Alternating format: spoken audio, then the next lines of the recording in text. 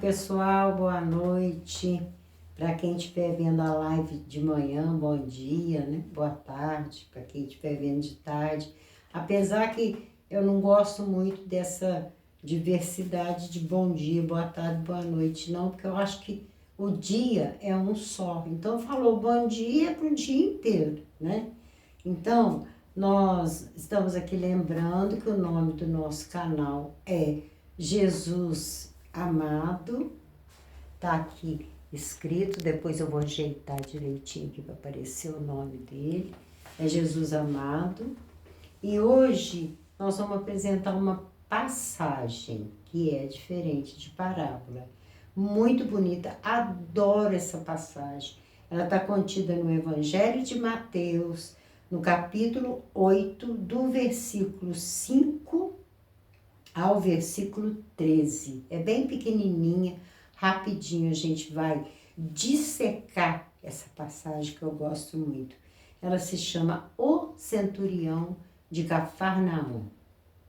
Vamos começar explicando o que é Cafarnaum. Cafarnaum é uma cidade, né, e muito rica, uma cidade portuária, portanto lá tinha muitos milionários, tinha um grande comércio que circulava em torno daquele porto e era assim, rolava muito dinheiro ali. Então eram pessoas assim bastante abastadas, que pleonasmo aí, né? Eram pessoas bastante ricas que moravam naquela região chamada Cafarnaum.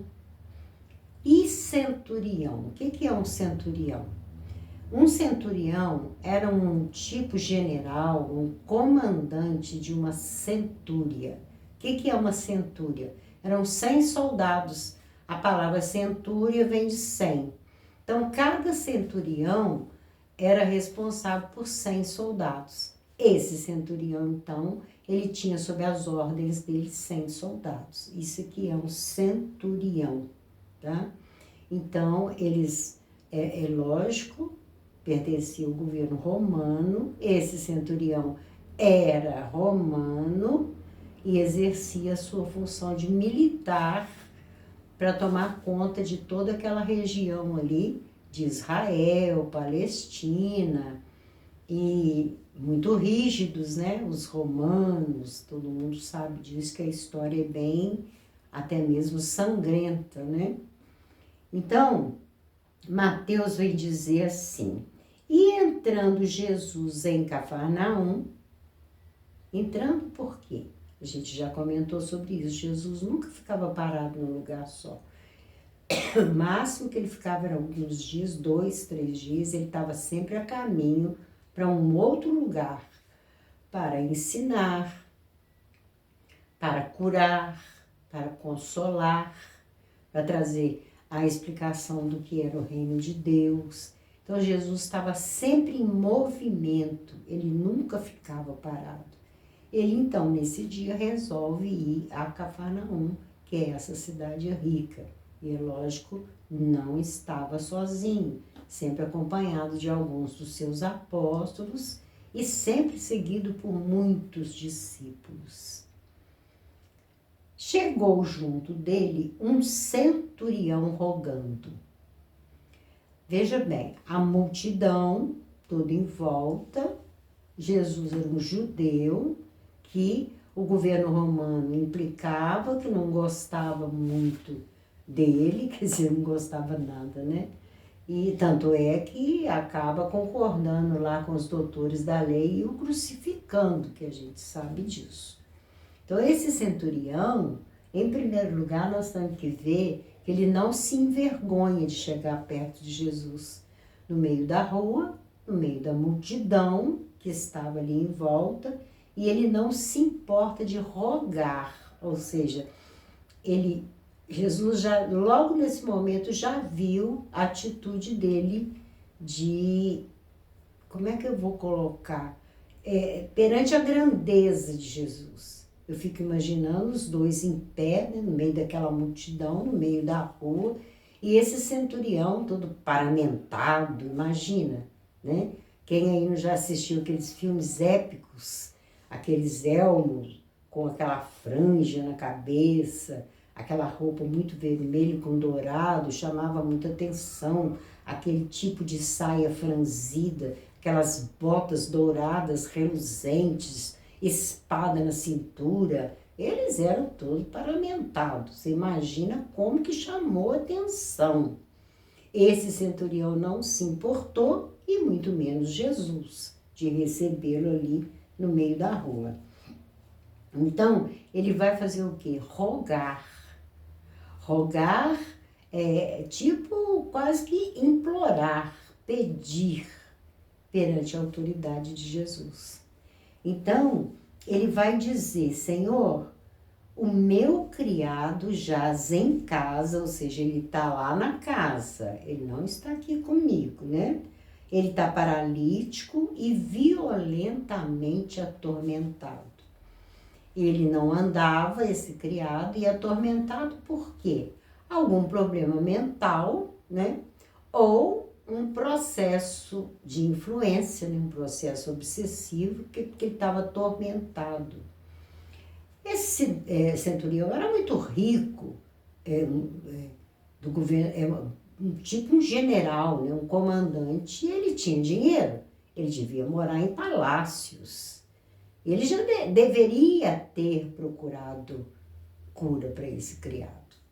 Então, Jesus já logo analisa esse centurião por essas duas atitudes. Primeiro, é lógico que ele já tinha procurado tratamento para esse criado e não conseguiu, junto àqueles inúmeros médicos, né? Aqueles alquimistas que tinham naquela época. E segundo, porque Jesus sabia da importância daquele centurião e se preocupando com o criado. Então Jesus já logo viu que ele tinha amor pelo criado, porque senão ele nem ligava. Um criado era como um escravo, deixa jogado para lá, ele que sai para lá, ou ele que procura o tratamento dele, entendeu? A grandeza dele já logo mostrou a Jesus que ele era de bom coração, se incomodando com um criado. E Jesus lhe disse: eu irei e lhe darei saúde. Uma frase curta, mas com uma certeza, né? Seja se eu falar sim, sim, não, não, eu vou. Eu vou lá na sua casa e vou dar saúde para o seu criado. Olha só, que coisa mais bonita. E o centurião respondendo disse: Senhor, não sou digno de que entres debaixo do meu telhado, mas dize somente uma palavra e o meu criado sarará. Não precisa ir lá em casa, não. Não, eu nem quero, não sou digno que o senhor entre no meu palácio. Devia ser aqueles palácios em mármore, com aquelas colunas que usava muito na época do Império Romano. Imagina que suntuosidade, que riqueza, que não era esse palácio desse centurião. Festas ruidosas, muita comida, muita bebida, sempre muito bem frequentada por aqueles grandões do governo romano, né, do Império, aquela coisa toda. Ele devia ser muito conhecido na região, porque ele era responsável por uma centúria. E ele diz a ele: Senhor, eu não sou digno, não quero que o senhor entre na minha casa. Minha casa é uma casa de festas, minha casa é uma casa de culto a muitos deuses. Eu não quero que o senhor entre lá. Então ele colocou que ele não era digno mesmo daquela figura importante, magistral como Jesus, a grandeza. E eu fico pensando ali no meio da rua, aquele romano com aqueles paramentos, aquela roupa toda pomposa, e Jesus muito simples, né? Aquele cabelo dividido ao meio, que chama a moda nazarena.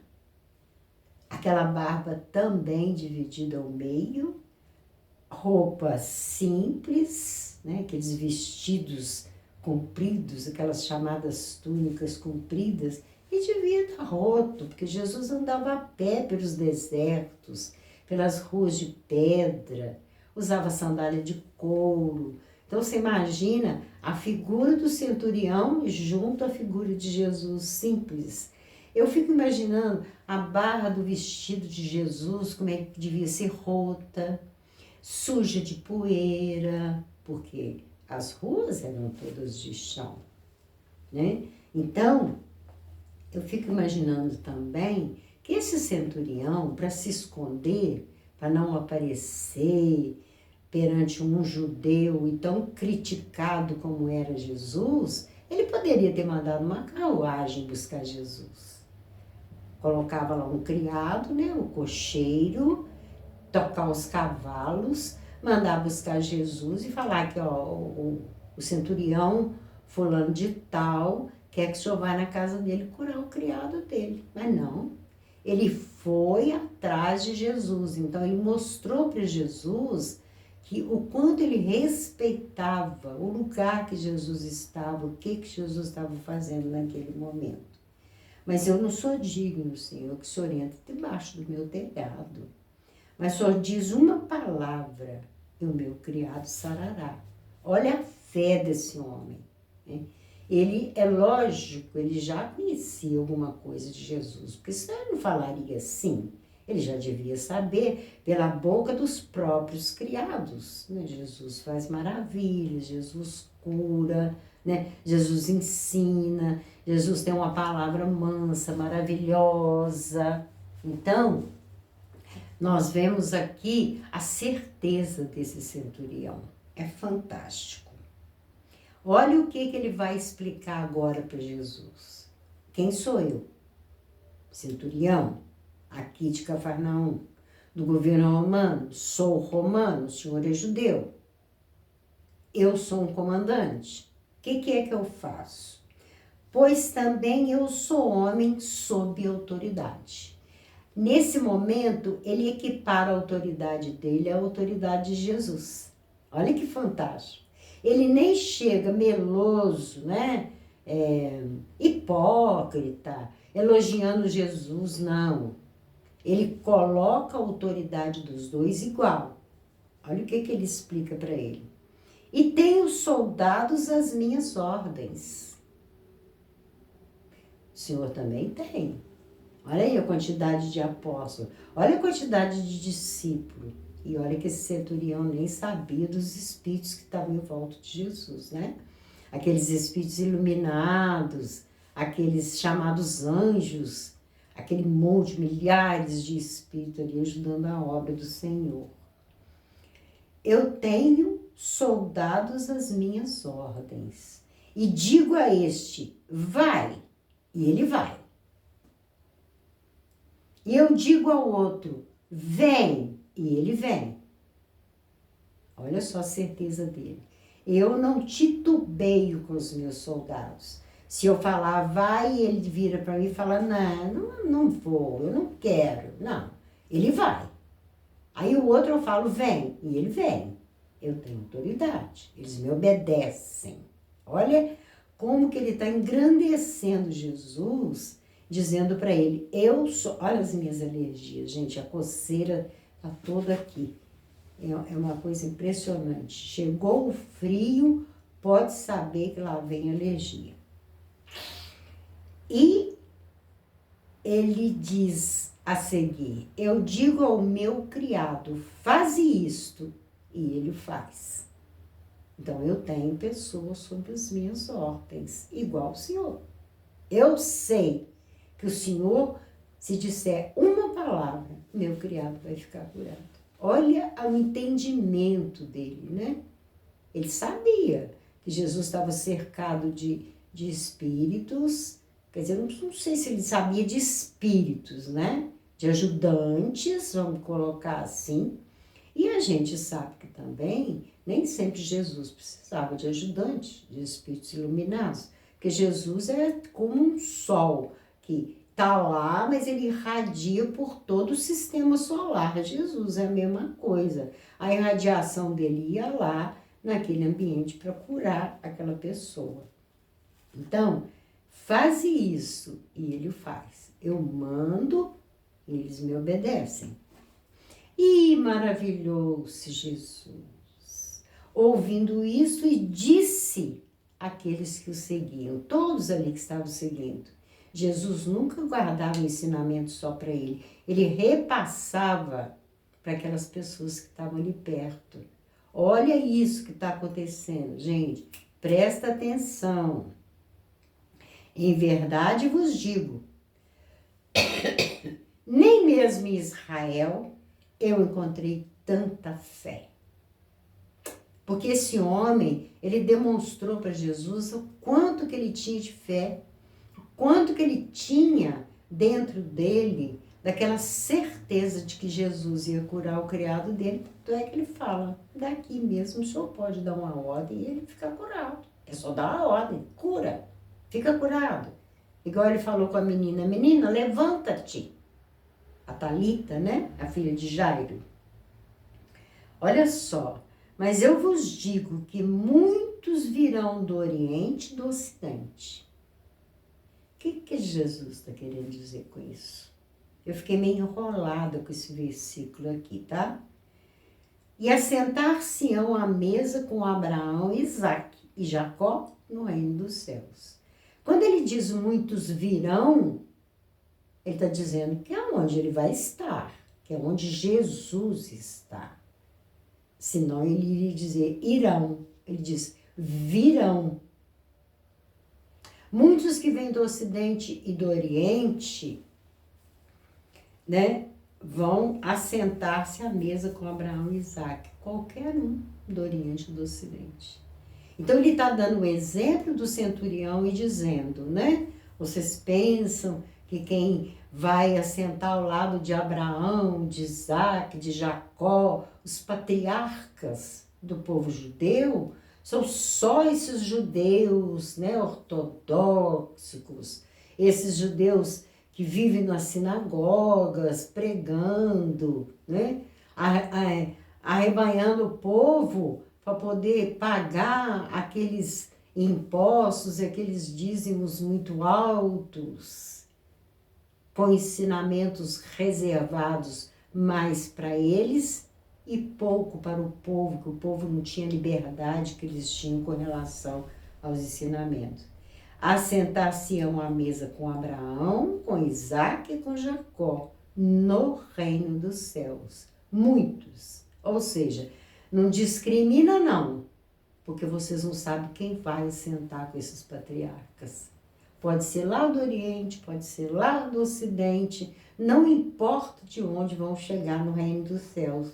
Vão ter um lugar reservado à mesa junto com os patriarcas. Assentar à mesa junto é entrar na intimidade. Já são íntimos dos patriarcas. E pode ser qualquer um do Ocidente ou do Oriente. Porque lá no reino dos céus não se faz acepção de pessoas. Ele estava mostrando ali para a multidão que mesmo aquele homem sendo um romano, e até mesmo considerado como mau, assassinos, né? Às vezes provocava até mesmo um chamado genocídio, dizimavam cidades, queimavam as aldeias, cobravam impostos muito altos. Esse era o papel dos publicanos. Eles tiravam os impostos do povo judeu para repassar para o povo romano. Aliás, nem sei, né, se eu já falei isso. Vocês sabiam que esse imposto se chamava imposto de renda? Da renda que você tiver, você tem que dar um naco para o governo romano. Igualzinho nos dias de hoje, né, gente? Você trabalha e você paga para o governo para você, da sua renda, do seu trabalho. Tinha gente que passava fome. Tinha. Então, e os filhos do reino serão lançados nas trevas exteriores, ali haverá pranto e ranger de dentes. Quem são os filhos do reino?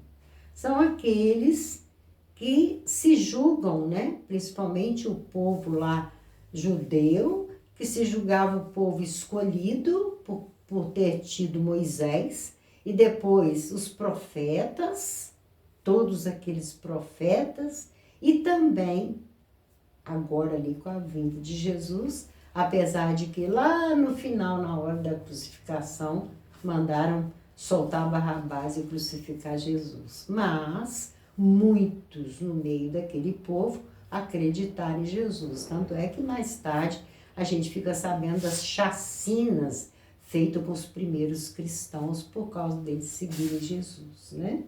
Então, ele coloca aqui que ali haverá pranto e ranger de dente. Filhos do reino, filhos de Israel, os israelitas, aqueles que se consideravam de puro sangue, aqueles que se consideravam os mais importantes, os escolhidos de Deus, né?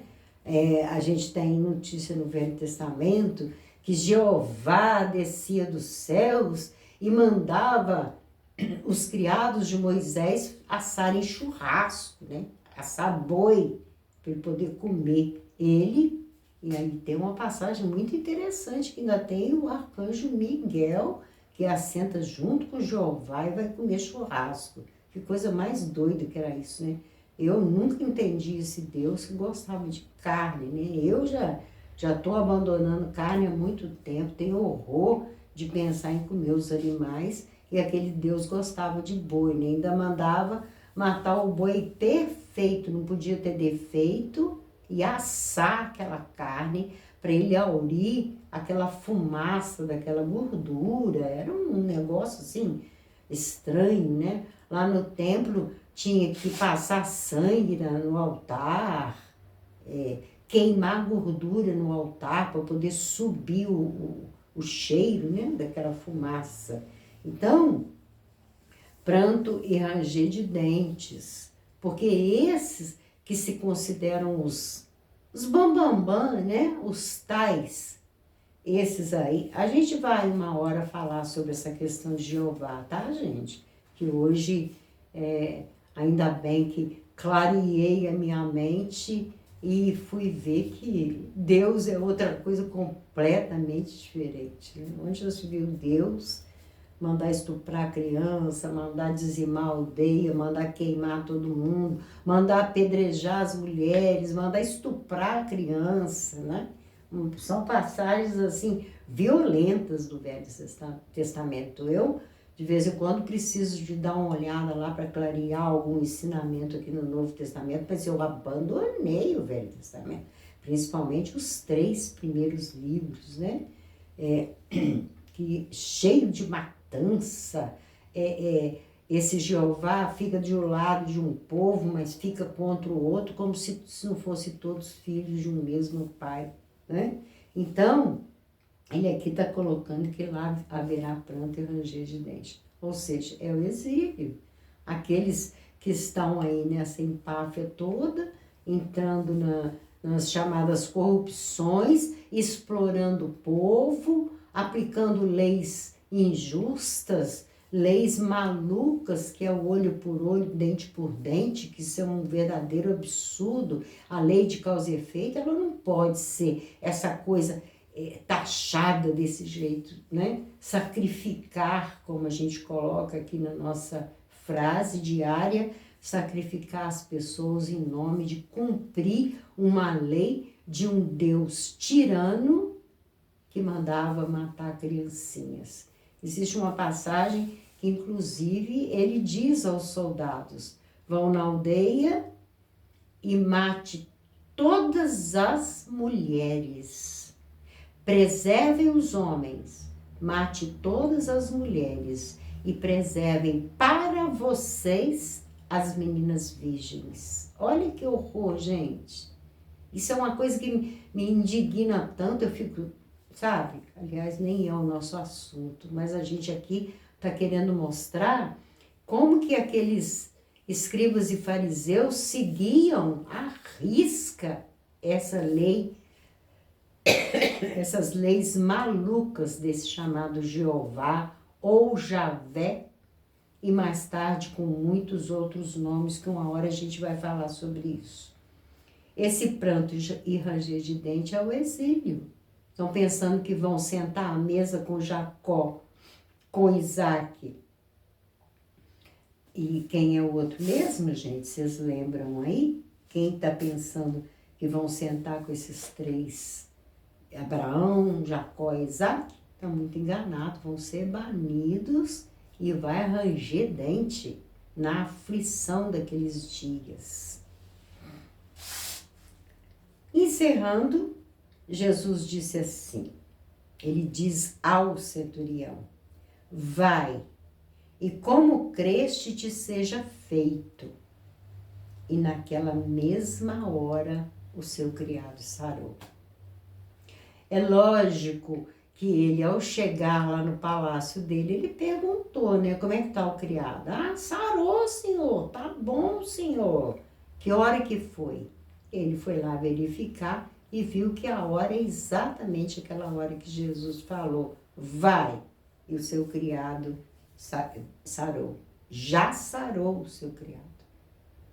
Ele atendeu o pedido do centurião, não foi à casa dele porque ele pediu para ele não ir, mas a certeza do centurião, o senhor daqui mesmo, o senhor pode curar meu criado. E ele curou, de longe. Então, fica aí para nós essa passagem muito bonita para chamar a nossa atenção, conforme aquela sensação que a gente tem por dentro de que fulano é isso, fulano é aquilo, ciclano é aquilo outro, e a gente fica julgando as pessoas, mas a gente não sabe o que aquela pessoa tem no interior dela de beleza sobre o reino dos céus. Muitas vezes a gente vai ver essas pessoas que a gente tanto discrimina, não só esses importantes igual o centurião, mas muitos mendigos, moradores de rua, muitos daqueles que estão jogados, são párias da sociedade, eu costumo dizer que vão dar uma rasante, né? Vão voar por cima da gente. Nós vamos apresentar aqui a parábola dos 2 filhos, para a gente colocar esse respeito. Aí já é o contrário. Não é uma pessoa importante, não é um centurião, mas são as prostitutas e aquelas pessoas que eram consideradas pares da sociedade. Um ensinamento maravilhoso que Jesus vai deixar a esse respeito. A parábola dos 2 filhos. A gente encerra aqui o centurião de Cafarnaum, agradecendo a paciência que vocês tiveram me ouvir, né? E aguentar essa minha fala arrastada de mineirona e desejar que todos fiquem bem, que todos fiquem em paz, porque foi o próprio Jesus que nos disse, a minha paz eu vos deixo, a minha paz eu vos dou. Não se esqueça que ele apacenta o nosso interior com esses ensinamentos maravilhosos. Vamos à nossa frase de novo. Vocês quiserem sair, fiquem à vontade. Vocês já devem estar ficando cansados, mas vai ser toda vez. Misericórdia quero e não sacrifício. Jesus não quer sacrifício. Para Jesus somos todos iguais.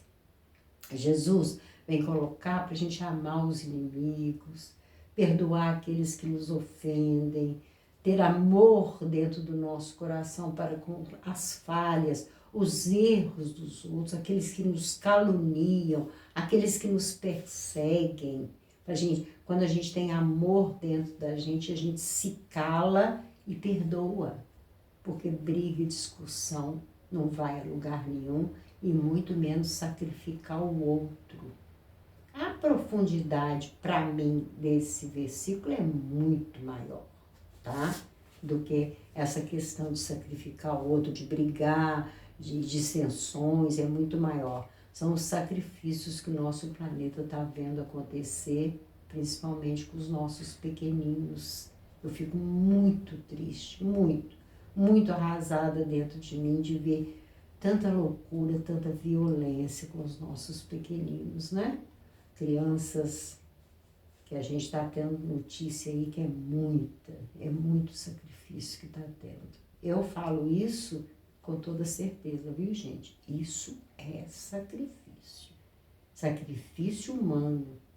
Assim como se sacrifica por aí aves, bodes, ovelhas, cachorro, cabrito, vocês podem ter certeza que isso é sacrifício, infelizmente, né?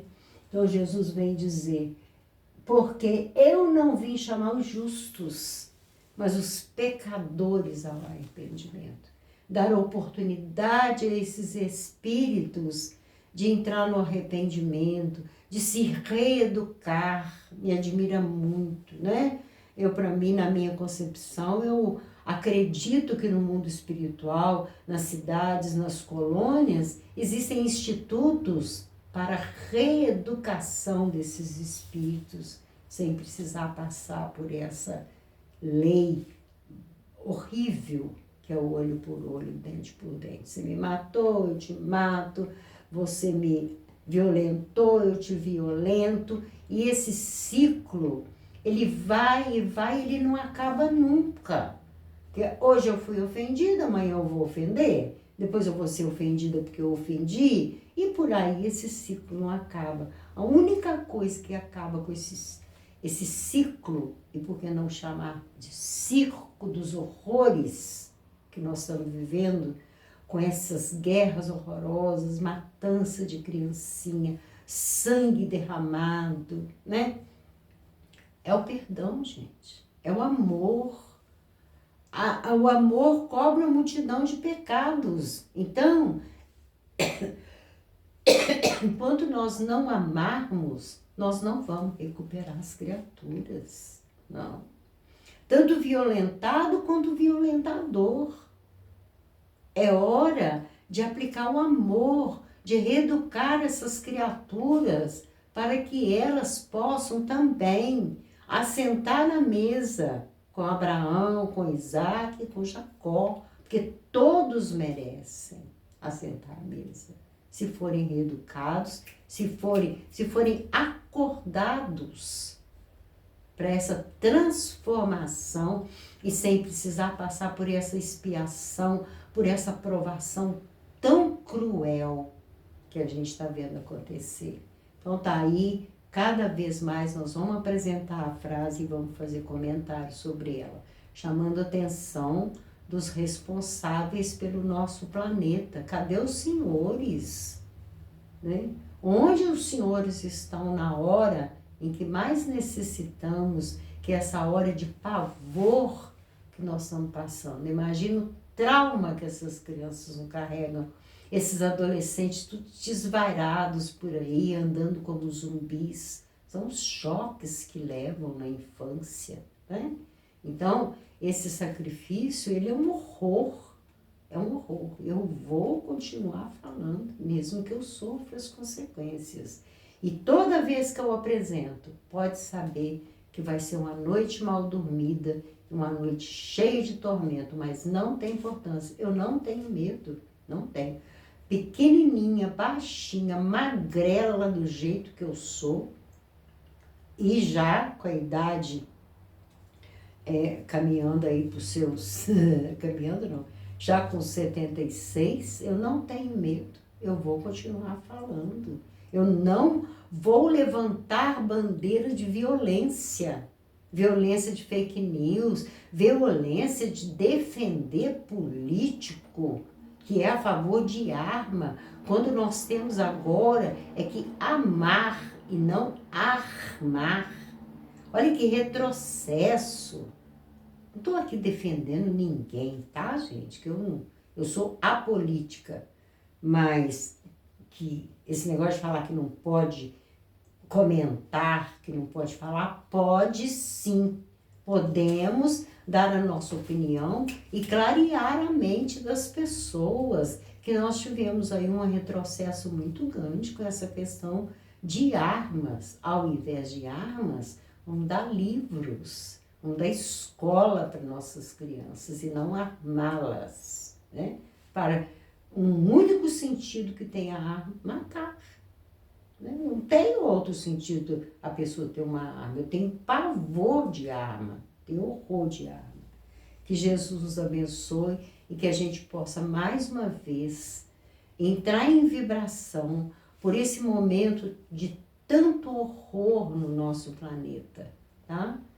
entrar em vibração e até mesmo em oração, engrossando as fileiras do bem, as fileiras da boa vontade, do amor ao próximo e chamando Jesus. Vem, Senhor Jesus, vem nos acudir nesse momento de aflição. Que Ele nos abençoe e eu termino deixando aqui um beijo no coração de vocês. Obrigada.